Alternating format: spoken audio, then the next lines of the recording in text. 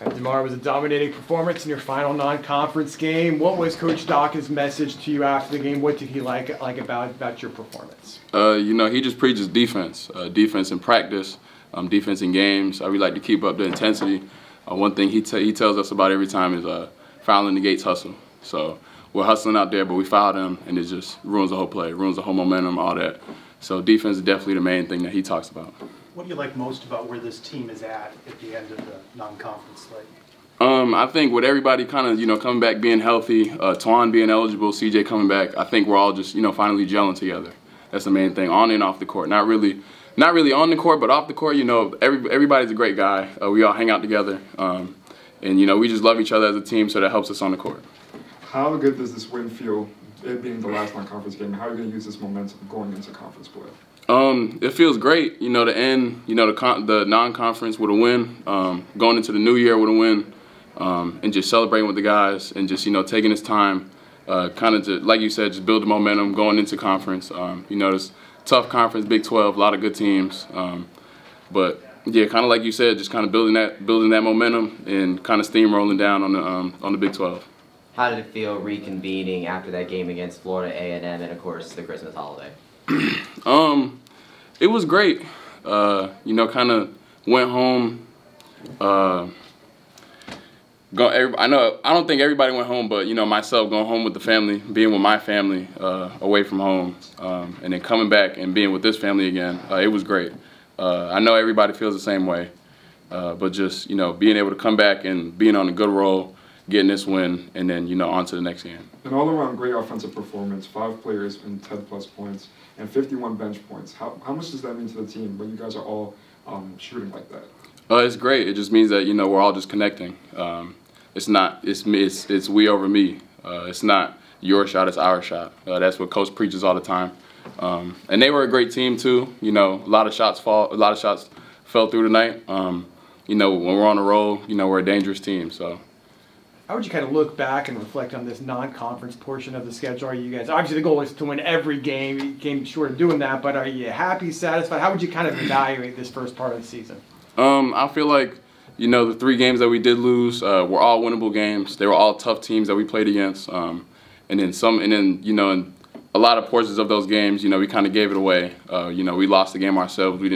I feel like the other team didn't really win, but we're not going to take credit away from anybody. They won those 3 games, but we got to, just continue to fight, and that's what the season's all about, just keep building. The Wildcats were able to kind of get a little bit on the roll offensively in that second half, but you managed to kind of put the kibosh on it later on. Just talk about the defensive efforts throughout the second half. Basketball is a game of runs. Teams going to go on runs.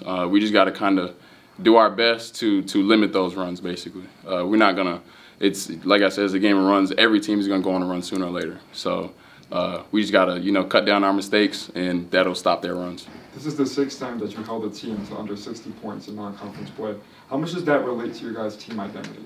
Our team identity is what Coach preaches all the time. Like I said, defense negates, fouling negates hustle. In practice, we preach that if you make an offensive mistake in practice, Coach lets you play through it. But if you make a defensive mistake in practice, he stops it, wants to correct it, and then we move forward.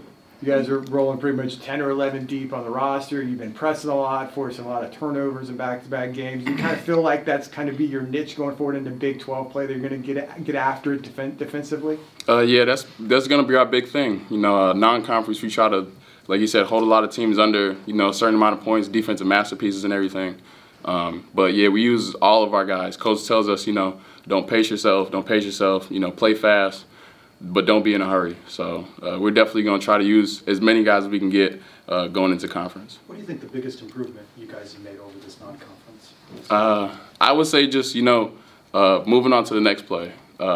Including myself, a lot of guys on the team make a mistake, and they're stuck on that mistake for the next couple of plays, and they make more mistakes than that. So cutting that one mistake and leaving that mistake by itself instead of making more mistakes while you're caught up on that, that's definitely one thing that we definitely improved on. Over the past couple of games, we've talked about stringing 2 halves together. Would you say that your team did that tonight? I would not say we did that tonight. I think we held them. What did they have at halftime? 21. 21 points. They're supposed to get 40.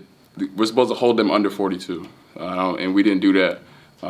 And I think we just come out in the second half and we're just not locked in. We think we got the game won already. We're not focused on that. So I think that's the biggest thing. Like, we got to, keep that same intensity that we had in the first half coming into the game in the second half. 18 lot of turnovers, too, would be an example. Yeah, exactly. A lot of new players on the roster this year. You were obviously one of them. You were out for a little extended period with, I know, a back issue. But where are you right now? Are you kind of getting into a groove as we head into conference play? Definitely getting into a groove. Like I said, we're still gelling as a team, becoming, brothers, family, and everything. But I feel like my team gives me the confidence to make certain plays out there, defensively, offensively, whatever they need me to do.